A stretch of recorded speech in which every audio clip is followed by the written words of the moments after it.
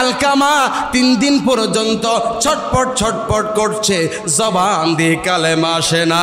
কিন্তু আলকামার মা যেই মাত্র বলছে ইয়া রাসূলুল্লাহ, ইয়া হাবিবাল্লাহ, মায়ার নবীজি, আমি আপনাকে সাক্ষী রেখে আমার সন্তানকে মাফ করে দিলাম। কিতাব প্রমাণ করে, হাদিস প্রমাণ করে, যেই মাত্র আলকামার মা আমার নবীকে সাক্ষী রেখে ক্ষমা করে দিল, সাথে সাথে আলকামার জবান দিয়ে চলে আসছে লা ইলাহা ইল্লাল্লাহ মুহাম্মাদুর রাসূলুল্লাহ সাল্লাল্লাহু আলাইহি ওয়াসাল্লাম। আপনি নামাজ পড়বেন, আপনি রোজা রাখবেন, আপনার সামর্থ্য আছে হজ করবেন, যাকাত দিবেন, মসজিদ পরিচালনা করবেন, আপনি নেতা হবেন, কর্মী হবেন, অনেক কিছু হবেন রে বাবা।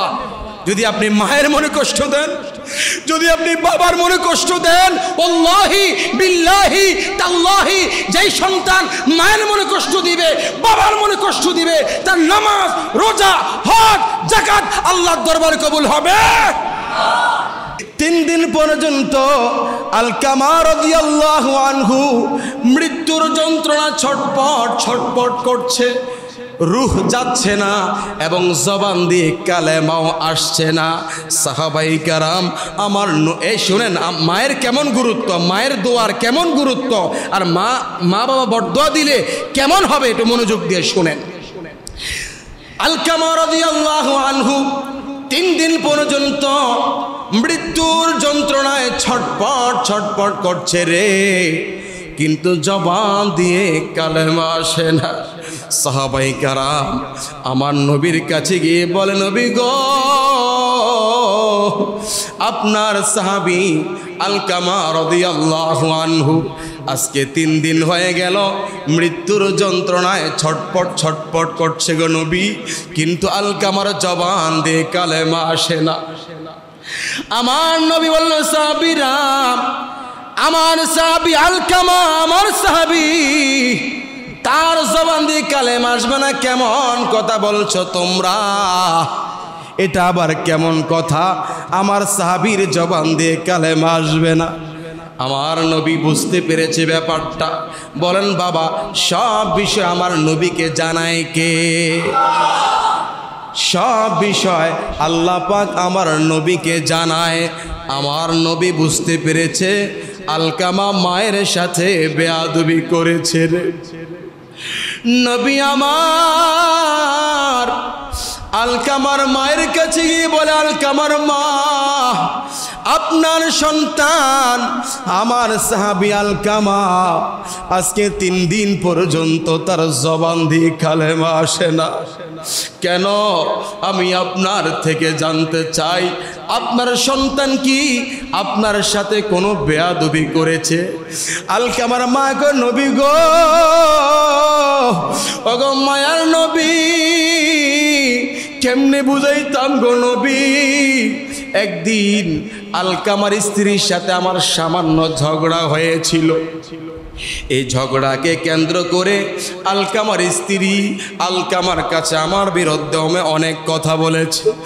আমার সন্তান আলকামা এই ঝগড়া কেন্দ্র করে আমাকে অনেকগুলো কথা বলেছে। আমার মনে বড় আঘাত দিয়েছ গো নবী। আমার নবী আলকামার মা, আপনি যদি আপনার আলকামাকে মাফ না করেন, তার জবান দিয়ে কালেমা আসবে না, আমার আল্লাহ তাকে মাফ করবে না। আপনি মা যতক্ষণ পর্যন্ত আলকামাকে ক্ষমা করবেন না, ততক্ষণ পর্যন্ত আমার আল্লাহ আলকামাকে ক্ষমা করবে না। কোন দিন জানি মরে যাই, মরার তারিখে জানা নাই।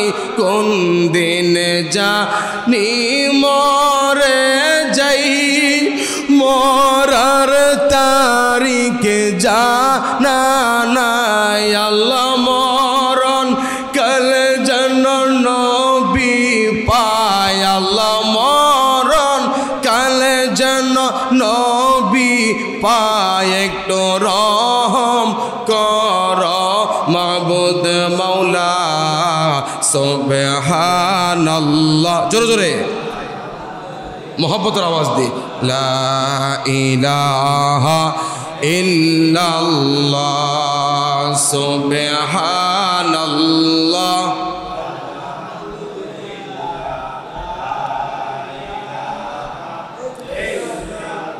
আমার মতো অপরাধী মিজানেতে তোলে যদি আমার মতো অপরাধী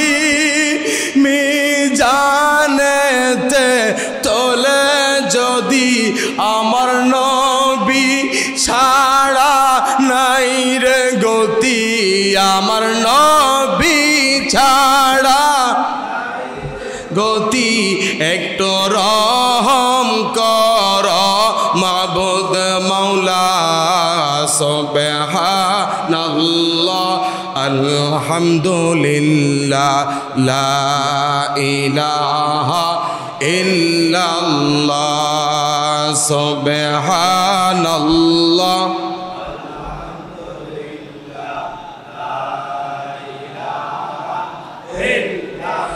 লা ইলাহা ইল্লাল্লাহ মুহাম্মাদুর রাসূলুল্লাহ। মা বাবার সেবা করা, মা বাবার সাথে সৎ ব্যবহার করার আদেশ করেছেন আল্লাহ। আদেশ করেছেন কে? আল্লাহ। আল্লাহর হাবিব রসুল করিম সাল্লাল্লাহু আলাইহি ওয়াসাল্লাম বলেছেন, যার ঘরে মা এবং বাবা আছে তার ঘরে দুটো জান্নাত আছে। সুবহানাল্লাহ বলেন। আমার নবী মা বাবাকে বলেছে জান্নাত, অর্থাৎ যেই সন্তান মা বাবার সাথে ভালো ব্যবহার করবে, মা বাবার দোয়া নিতে পারবে, মা বাবার সাথে সৎ ব্যবহার করবে, আল্লাহ তাআলা মা বাবার নেক দোয়ার উসিলায় ওই সন্তানকে জান্নাতের মেহমান বানিয়ে দিবে। সুবহানাল্লাহ। আমার মুসলমান ভাইয়েরা, মা বাবার কেমন গুরুত্ব শুনুন কোরআনুল কারীম থেকে। আল্লাহ রাব্বুল আলামিন কোরআন মাজিদের বিভিন্ন জায়গার মধ্যে মা বাবার গুরুত্ব সম্পর্কে আলোচনা করেছেন, বর্ণনা করেছেন। আমি আপনাদের সামনে মাত্র 2টি আয়াত তেলাওয়াত করেছি। এখন আমি আপনাদের সামনে 2টি আয়াত এবং 3টি হাদিস থেকে আলোচনা পেশ করব। আল্লাহ পাক আমাকে 2টি আয়াত 3টি হাদিস থেকে আলোচনা পেশ করার তৌফিক দান করুক। মুসলমান ভাইয়েরা, মা বাবার কেমন গুরুত্ব, মা বাবার কেমন মর্যাদা শুনুন। আল্লাহ রাব্বুল আলামিন সূরা বনী ইসরাইলের 23 নম্বর আয়াতের মধ্যে বলেন, وَقَضَى رَبُّكَ أَلَّا تَعْبُدُوا إِلَّا إِيَّاهُ وَبِالْوَالِدَيْنِ إِحْسَانًا। বাবারা উচ্চ কণ্ঠে বলুন এই ঘোষণাকার। আল্লাহ তাআলা বলেন, আমার নবীকে উদ্দেশ্য করে বলেন, আপনার প্রতিপালকের ফয়সালা, আপনার প্রতিপালকের ঘোষণা, আপনার প্রতিপালকের আদেশ, আল্লাহ তা'বুদু ইল্লা ইয়াহু, তোমরা একমাত্র ইবাদত করবে আল্লাহর। বলুন আমরা একমাত্র ইবাদত করব কার? আমরা বর্তমানে 5 ওয়াক্ত নামাজ আদায় করি, রমজান মাসে রোজা রাখি, হজ করি, যাকাত দেই, কোরআন তেলাওয়াত করি। আমরা যত কাজ করেছি, এখন যত কাজ করছি, ভবিষ্যতে যত কাজ করব, সব কিছু কেবলমাত্র আল্লাহর রাজি খুশির জন্যই করব। রাজি আছেন কিনা?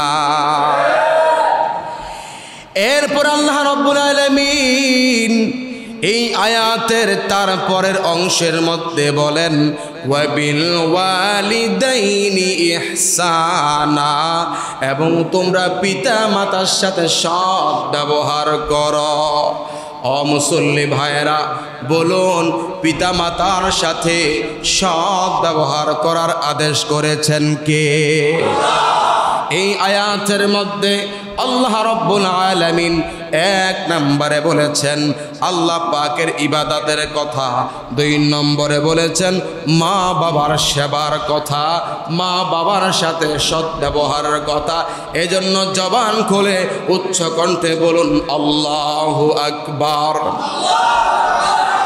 আমার মুসল্লি ভাইয়েরা, আল্লাহ রাব্বুল আলামিন কোরআনুল কারীমের সূরা নিসার ৩৬ নম্বর আয়াতের মধ্যে বলেন ওয়া'বুদুল্লাহা ওয়ালা তুশরিকু বিহি শাইআন ওয়া বিল ওয়ালিদাইনি ইহসানা। জবান খুলে বলুন তো আল্লাহু আকবার। ভাইরা রে, আমার আল্লাহ পাক সূরা নিসার ৩৬ নম্বর আয়াতের মধ্যে কি বলে খুব মনোযোগ দিয়ে শুনুন। আল্লাহ পাক বলেন ওয়া'বুদুল্লাহ, তোমরা আমি আল্লাহর ইবাদত করো। কার ইবাদত? বলেন নামাজ হবে কার জন্য? রোজা হবে কার জন্য? সামর্থ্যবান যারা তাদের হজ হবে কার জন্য? সামর্থ্যবানদের যাকাত দেওয়া হবে কার জন্য? আমরা সব আমল আল্লাহর জন্য করি, অতীতেও আল্লাহর জন্য করেছি, এখনো আল্লাহর জন্য করছি, ভবিষ্যতেও যত আমল করব সব কিছু আল্লাহর জন্যই করব ইনশাআল্লাহ। মুসলমান ভাইরা, আল্লাহ রাব্বুল আলামিন বলে ওয়া'বুদুল্লাহ, তোমরা আমি আল্লাহর ইবাদত করো, ওয়ালা তুশরিকু বিহি শাইআ, তোমরা আমি আল্লাহর সাথে কাউকে শরীক করিও না। এরপর আল্লাহ বলে ওয়াবিল ওয়ালিদাইনি ইহসানা, এবং তোমরা মা বাবার সাথে সদ্ব্যবহার করো। আমার মুসলমান ভাইরা, আমি এখন দুইটি আয়াত থেকে কথা বলেছি। এক নম্বরে বলেছি সূরাতুল বানি ইসরাঈলের ২৩ নম্বর আয়াত থেকে, তারপরে বলেছি সূরাতুন নিসার ৩৬ নম্বর আয়াত থেকে। এই দুইটি আয়াতের মধ্যে আমার আল্লাহ বারবার বলছে ও দুনিয়াবাসীরা, ও সন্তানেরা, ও আমার বান্দারা, ও আমার বান্দিরা, ওয়াবিল ওয়ালিদাইনি ইহসানা, তোমরা পিতা মাতার সাথে সৎ ব্যবহার করো। এই আয়াতগুলো ছাড়া অন্যান্য আয়াতের মধ্যে আল্লাহ বারবার বলেছে তোমরা মা বাবার সাথে সৎ ব্যবহার করো। মনে রাখবেন, আপনি নামাজ পড়বেন, আপনি রোজা রাখবেন, আপনি হজ করবেন, আপনি যাকাত দিবেন, আপনি ইস্তেগফার পড়বেন, আপনি দুরূদ শরীফ পড়বেন, আপনি মাহফিল করবেন, আপনি মসজিদ করবেন, আপনি মাদ্রাসা করবেন, যত কিছু করেন না কেন রে বাবা, যদি মা বাবার সাথে বেয়াদবি করেন, যদি মা বাবার সাথে বেয়াদবি করেন, এই নামাজের দাম নাই, এই রোজার দাম নাই। কথা বলুন ঠিক কি না? আরে মা বাবার কেমন গুরুত্ব শুনুন রে বাবা, মা বাবার কেমন গুরুত্ব হাদিস শরীফ থেকে শুনুন। এই হাদিস শরীফটি তিরমিজি শরীফের ২য় খণ্ডের মধ্যে রয়েছে। তিরমিজি শরীফের ২য় খণ্ডের ১২ পৃষ্ঠার মধ্যে রয়েছে। আন আব্দুল্লাহ ইবনে আমর রাদিয়াল্লাহু আনহু قال, আল্লাহ নবী সাহাবী আব্দুল্লাহ ইবনে আমর রাদিয়াল্লাহু আনহু হতে বর্ণিত, তিনি বলেন قال রাসূলুল্লাহ সাল্লাল্লাহু আলাইহি ওয়াসাল্লাম, রাসূল করিম সাল্লাল্লাহু আলাইহি ওয়াসাল্লাম ইরশাদ করেছেন। দেখেন আমার নবী মা বাবার কথা কেমন বলেছে, মা বাবার কেমন গুরুত্ব রে বাবা, মা বাবার কেমন মর্যাদা শুনেন। ও আমার মা বোনেরা, ও আমার যুবক ভাইয়েরা, বৃদ্ধ বাবারা, দেখেন আমার মদিনার নবী মা বাবার মর্যাদার কথা কি বলেছে। আমার নবীজি বলে রিদর রব্বি ফি রিদল ওয়ালিদাইন, পিতা মাতার সন্তুষ্টির মধ্যে আমার আল্লাহর সন্তুষ্টি। সুবহানাল্লাহ। যেই সন্তানের প্রতি মা বাবা খুশি, ওই সন্তানের প্রতি আমার আল্লাহ খুশি। আল্লাহু আকবার বলে। যেই সন্তানের প্রতি মা বাবা খুশি, ওই সন্তানের প্রতি আমার আল্লাহ খুশি। এরপরে আমার নবী বলে, রে দুনিয়ার মানুষ, ওয়াসাখাতুর রব্বি ফি সাখাতিল ওয়ালিদাইন, আর পিতা মাতার অসন্তুষ্টির মধ্যেই রয়েছে আল্লাহর অসন্তুষ্টি। ও মুসলমান ভাইয়েরা, কথা বুঝতেছেননি আমার আপনারা? অর্থাৎ মা বাবা যেই সন্তানের প্রতি খুশি, ওই সন্তানের প্রতি আমার আল্লাহ খুশি। আর মা বাবা যেই সন্তানের প্রতি নারাজ, ওই সন্তানের প্রতি আমার আল্লাহ নারাজ। আমার নবীজির কথা বলুন ঠিক কিনা? ও মুসলমান ভাইরা রে, কেমনে বুঝাইতাম, কেমনে বুঝবেন রে বাবা?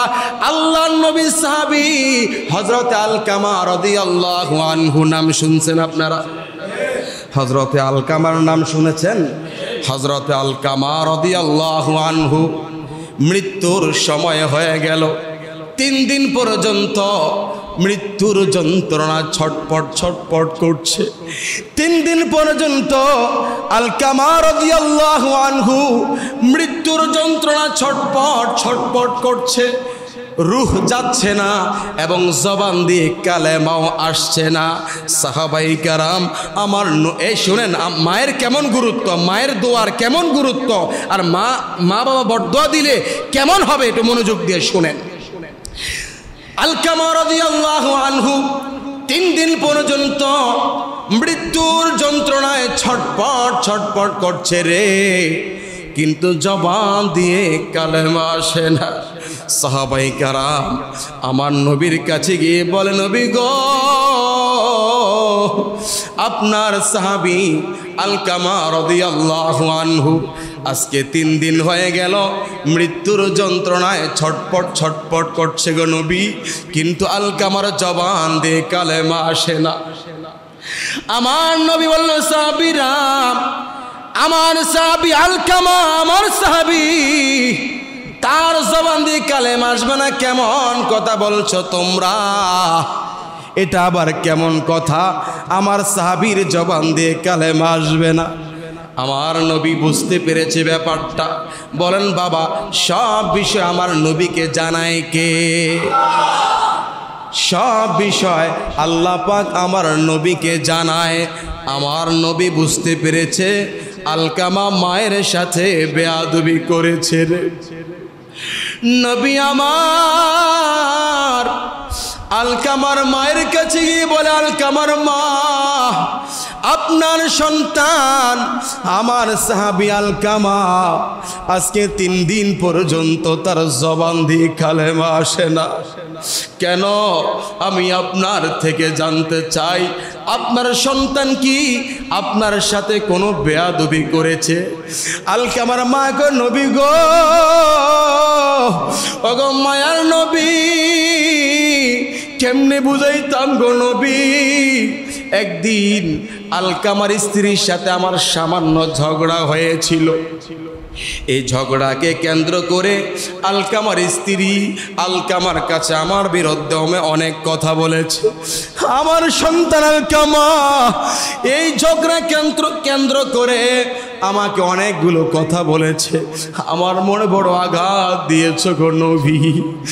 আমার নবী আলকামার মা, আপনি যদি আপনার আলকামাকে মাফ না করেন, তার জবান দিয়ে কালেমা আসবে না, আমার আল্লাহ তাকে মাফ করবে না। আপনি মা যতক্ষণ পর্যন্ত আলকামাকে ক্ষমা করবেন না, ততক্ষণ পর্যন্ত আমার আল্লাহ আলকামাকে ক্ষমা করবে না। ও যুবক ভাইরা, অন্তরের কান দিয়ে শুনেন, মা কি জিনিস? আলকামার মা গো, নবী গো, আমার সন্তান আলকামা আমাকে এত কষ্ট দিয়েছে গো নবী, তাকে মাফ করতে আমার মনে চায় না। আমার নবীজি কয়, আলকামার মা, যদি আপনি আপনার সন্তানকে মাফ না করেন গো মা, আপনার সন্তানের জবান দিয়ে কালেমা আসবে না। আর যে কালেমা না পড়ে মারা যাবে, সেই বেঈমান হয়ে মারা যাবে, সে জাহান্নামে যাবে। আমি চাই না গো আমার কোনো সাহাবী জাহান্নামে যাক। আলকামার মা মাফ করছে না। আমার নবীজি সাহাবায়ে কেরামদেরকে বলছে, ও আমার সাহাবীরা, আলকামার মা তো মাফ করছে না, তোমরা কিছু লাকড়ির ব্যবস্থা করো। সাহাবায়ে কেরাম বলে, ইয়া রাসূলুল্লাহ, নবী গো, কেন আমরা লাকড়ির ব্যবস্থা করব? আমার নবী কয়, সাহাবীরা রে, আমি আলকামাকে আগুন দিয়ে জ্বালিয়ে দিব। তার কারণ হলো, যেই সন্তান মায়ের মনে কষ্ট দিবে, যেই সন্তানের প্রতি মা নারাজ, ওই সন্তান ঈমান নিয়ে কবরে যেতে পারবে না। আর যেই সন্তান বেঈমান হয়ে কবরে যাবে, ওই সন্তান জাহান্নামে যাবে। এখন যদি আলকামার মা আলকামাকে মাফ না করে, আলকামা তো বেঈমান হয়ে মারা যাবে, আলকামা তো জাহান্নামে যাবে। এখন তার মা যেহেতু মাফ করবে না, সেহেতু সে তো জাহান্নামে যাবে। এজন্য আমি নবী তাকে দুনিয়া থেকেই জ্বালিয়ে দিব। নাউযুবিল্লাহ বলেন। বাবারে লম্বা কথা সংক্ষেপ করে ফেলছি। আমার নবীজির আদেশ অনুযায়ী সাহাবায়ে কেরাম লাকড়ির ব্যবস্থা করলো। সাহাবায়ে কেরাম লাকড়ির ব্যবস্থা করার পরে লাকড়ির মধ্যে আগুন ধরানো হলো। এবার আলকামার মাকে আমার নবী ডাক দিয়া কয়, আলকামার মা, আপনার সন্তান তো আপনার মনে কষ্ট দিয়েছে, এই জন্য তার জবান থেকে কালেমা আসছে না।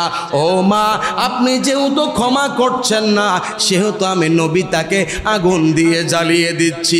এই বাবা, আপনারা বলেন, সন্তান যতই অন্যায় করুক, মায়ের সামনে সন্তানটা আগুন দিয়ে জ্বলবে, পৃথিবীর কোনো মাকে সহ্য করতে পারবে?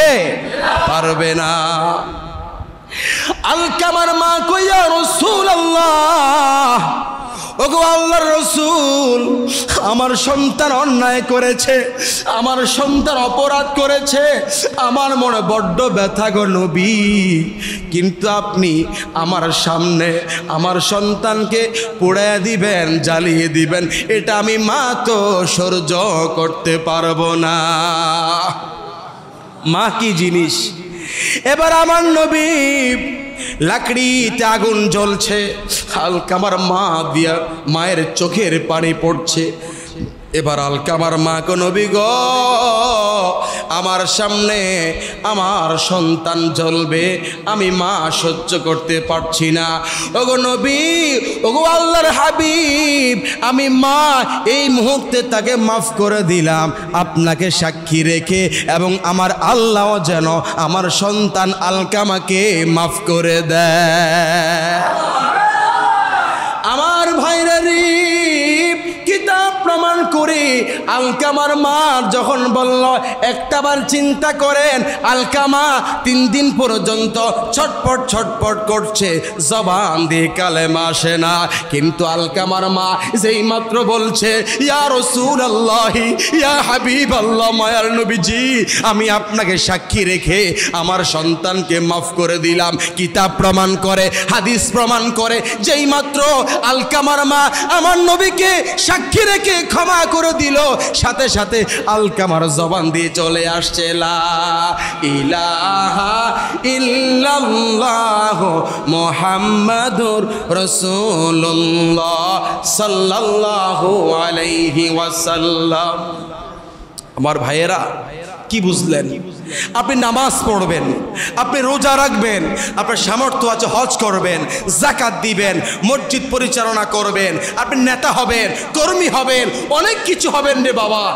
যদি আপনি মায়ের মনে কষ্ট দেন, যদি আপনি বাবার মনে কষ্ট দেন, ওয়াল্লাহি বিল্লাহি তাল্লাহি, যেই সন্তান মায়ের মনে কষ্ট দিবে, বাবার মনে কষ্ট দিবে, তার নামাজ, রোজা, হজ, যাকাত আল্লাহর দরবারে কবুল হবে। আমার ভাইয়েরা, আমার ভাইয়েরা, যারা মাকে কষ্ট দিচ্ছেন, বাবাকে কষ্ট দিচ্ছেন, একটাবার চিন্তা করেন, যারা মা হারিয়ে ফেলে মায়ের জন্য হাউমাউ করে কাঁদে, যারা বাবা হারিয়ে ফেলে তারা বাবার জন্য হাউমাউ করে কাঁদে। তাদের কথা মনে উঠলেই তো মায়ের সাথে বেয়াদবিটা আসে না? কথা বলুন ঠিক কিনা? ও আমার যুবক ভাইরা, আজকে বউকে খুশি রাখতে গিয়ে মায়ের মনে কষ্ট দাও। একটা বার কি চিন্তা করেছ এই মাটাই তো তোমাকে 10 মাস 10 দিন গর্ভে রেখেছে? একটা বার কি চিন্তা করেছ এই মাটাই তো তোমাকে প্রসব করেছে? একটা বার কি চিন্তা করেছ এই মাটা তোমাকে লালন পালন করার জন্য কত কষ্ট করেছে? যেই মা তোমাকে 20 বছর 22 বছর 24 বছর 30 বছর 35 বছর পর্যন্ত লালন পালন করে বড় করেছে, কি করে আজকে সন্তান তুই বিবাহ করে মাকে ভুলে যাও? আরে আমার যুবক ভাইয়েরা, একটু চিন্তা করলে তো মায়ের ভালোবাসা চলে আসে। এখন যারা বিবাহ করেছেন, যাদের স্ত্রী সন্তান মা হয়েছে, আপনি তো দেখেছেন আপনার স্ত্রীটা সন্তান জন্ম দিতে গিয়ে কত রাত কষ্ট করেছে, কত রাত কষ্ট করেছে রে। একজন মা সন্তান জন্ম দিতে গিয়ে মাসের পর মাস রাত্রে ঘুমাইতে পারে না। আর আমারও তো সন্তান আছে, আমার মেয়ে ফাতেমা তো জোহরা যখন মায়ের গর্ভে ছিল, আমার স্ত্রীর গর্ভে ছিল, আমি দেখেছি আমার স্ত্রী রাতের পর রাত পেটের ব্যথায় উঠে বসে কান্নাকাটি করত, আমি কিন্তু ঘুমাইতাম। এই জন্য বাবারে, একজন সন্তান জন্ম দেওয়ার ব্যাপারে সবচেয়ে বেশি কষ্ট করে মা। কথা বলেন ঠিক কিনা? এরপরে আরে সন্তান জন্ম দিতে গিয়ে কত মায়ের মৃত্যু হয়ে যায়, কত মায়ের মৃত্যু হয়ে যায়। এখন না, এখন বর্তমানে সিজারের ব্যবস্থা রয়েছে, আগের দিনে তো সিজার ছিল না। কথা বলেন ঠিক কিনা? এই সন্তান প্রসব করতে গিয়ে কত মা মারা গেছে, এখনো তো মারা যায়। যাই হোক বাবারে, আমার যেই কথা, যেই মা আপনাকে 10 মাস 10 দিন 9 মাস মায়ের গর্ভে রেখেছে, এরপরে একটা সন্তান দুনিয়াতে আসলে কত কষ্ট করে একজন মা, যেটা আমি আগে বুঝি নাই, এখন বর্তমানে বুঝি। রাতের পর রাত সন্তান প্রস্রাব করে দেয়, পায়খানা করে দেয়।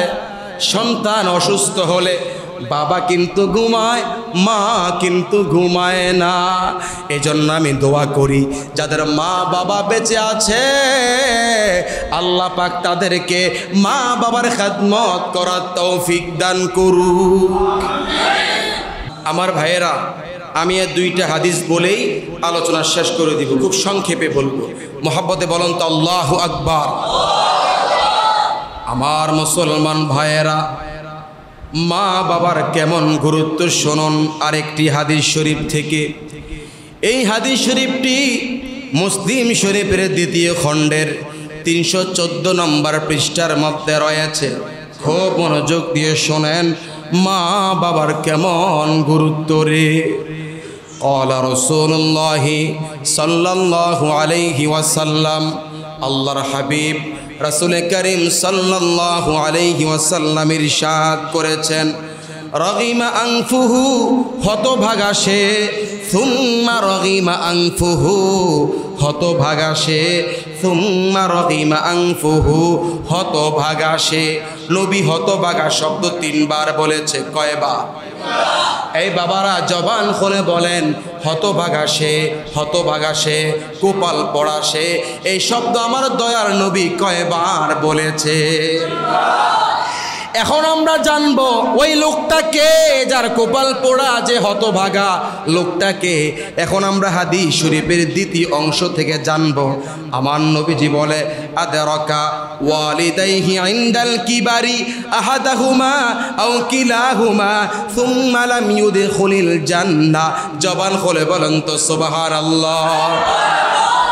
আমার নবীজি বলেন, যে ব্যক্তি মা বাবা উভয়কে পেয়েছে, অথবা যে কোনো একজন হয়তো মাকে পেয়েছে অথবা বাবাকে পেয়েছে বৃদ্ধ অবস্থায়, কিন্তু সে মা বাবার খেদমত করে জান্নাতে প্রবেশ করতে পারলো না। সে হলো আল্লাহর জমিনের মধ্যে সবচেয়ে বড় হতভাগা।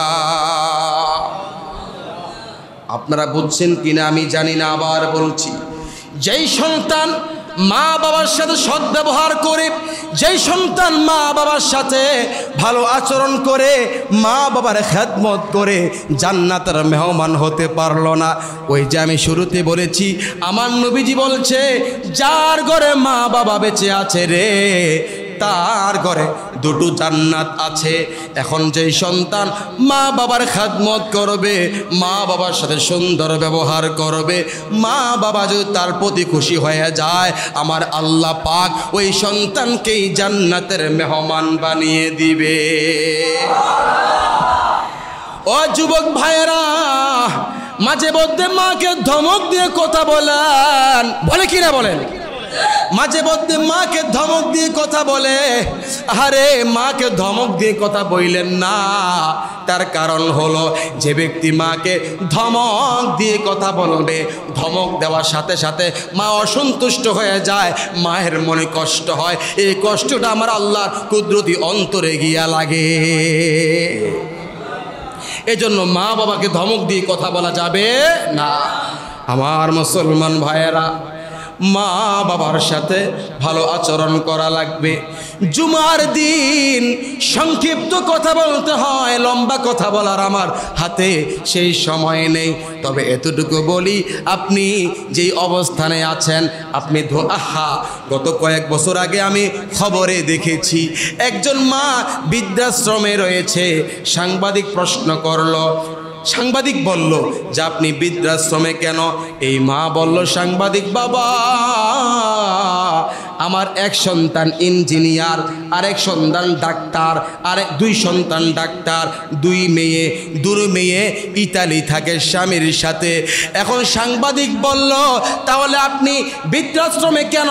আপনার সন্তান তো ইঞ্জিনিয়ার, আপনার সন্তান তো ডাক্তার, আপনার মেয়েরা তো ইতালি, আপনি বৃদ্ধাশ্রমে কেন?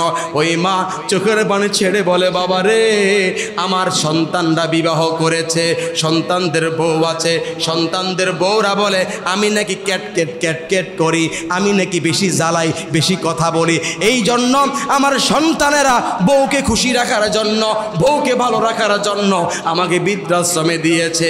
এবার আমি আপনাদের থেকে জানতে চাই যে এই সন্তানরা নিজের বউকে ভালো রাখার জন্য মাকে বৃদ্ধাশ্রমে দিয়েছে, তাদের প্রতি আমার আল্লাহ খুশি না নারাজ? এবার আপনারা বলেন, যার প্রতি আমার আল্লাহ নারাজ, তার কি ঈমানের সাথে মৃত্যু হবে? সে বেঈমান হয়ে মারা যাবে, মৃত্যুর পরে তার ঠিকানা হবে জাহান্নাম। কথা বলেন ঠিক কিনা? এই জন্য আপনি হাফেজ হবেন, আলেম হবেন, জেনারেল শিক্ষিত হবেন, নেতা হবেন, কর্মী হবেন, যেটাই হন না কেন, আপনাকে জন্ম দিয়েছে মা বাবা।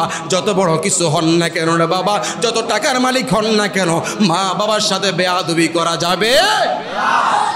আর একটা হাদিস শরীফ বলে শেষ করে দিচ্ছি। কষ্ট হচ্ছে নাকি আপনাদের? কষ্ট হচ্ছে আপনাদের?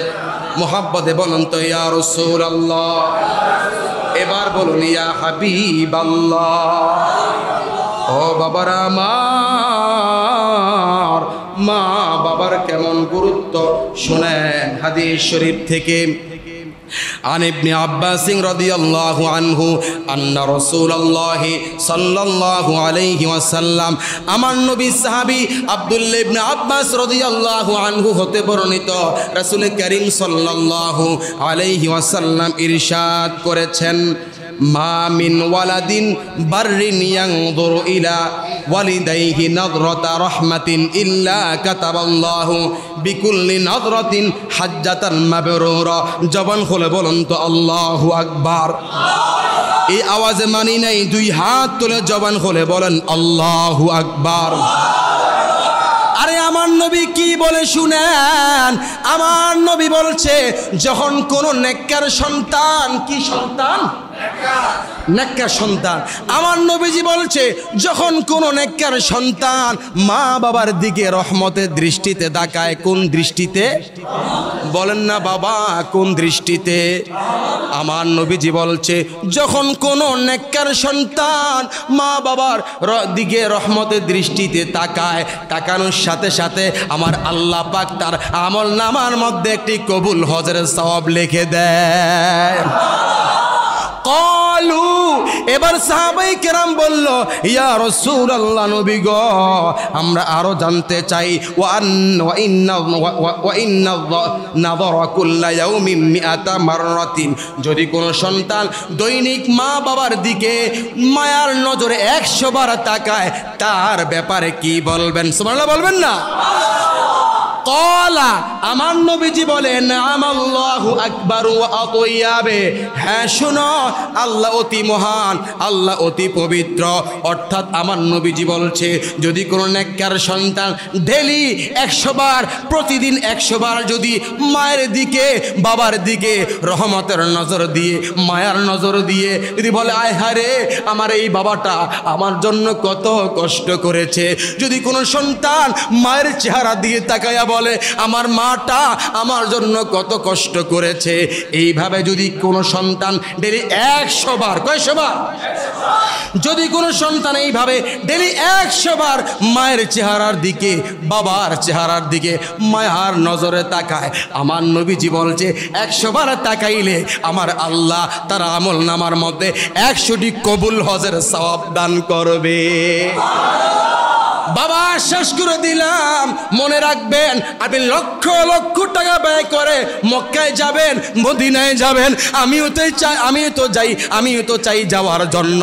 মক্কায় যাওয়া ভাগ্যের ব্যাপার, মদিনায় যাওয়া ভাগ্যের ব্যাপার, কিন্তু মনে রাখবেন আপনি মক্কায় যাবেন, আপনি মদিনায় যাবেন, হজ কবুল হতেও পারে না হতেও পারে, কিন্তু আমার নবীজি বলছে উম্মত রে, যদি কোনো সন্তান মায়ের দিকে বাবার দিকে 1 বার নয় 2 বার নয় ডেলি যদি 100 বার তাকায় মায়ার নজরে আমার আল্লাহ পাক তারা আমল নামার মধ্যে 100টি কবুল হজের সওয়াব দান করবে।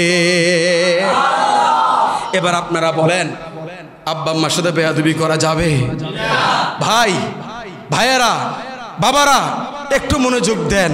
আপনি কোটি টাকার মালিক, আপনি লক্ষ টাকার মালিক, আপনি নেতা, আপনি এমপি, আপনি মন্ত্রী, আপনি রাষ্ট্রপতি, আপনি হাফেজ, আপনি আলেম, আপনি বক্তা, আপনি ইমাম, আপনি এই আপনি সেই, কোনো দাম নাই যদি বাপ মা আপনার প্রতি অসন্তুষ্ট হয়। কথা বলুন ঠিক কি না?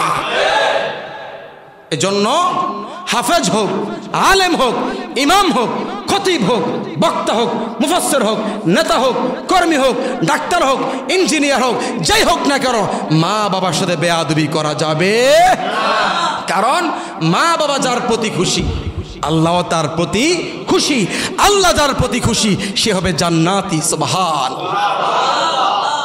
আল্লাহ তাআলা আপনাদের সবাইকে আমার আজকের আলোচনা বোঝার এবং আমল করার তৌফিক দান করুক। আমিন। এটা আসতে বলছেন, আরো মোহাব্বত উচ্চ কণ্ঠে বলুন আল্লাহুম্মা আমিন।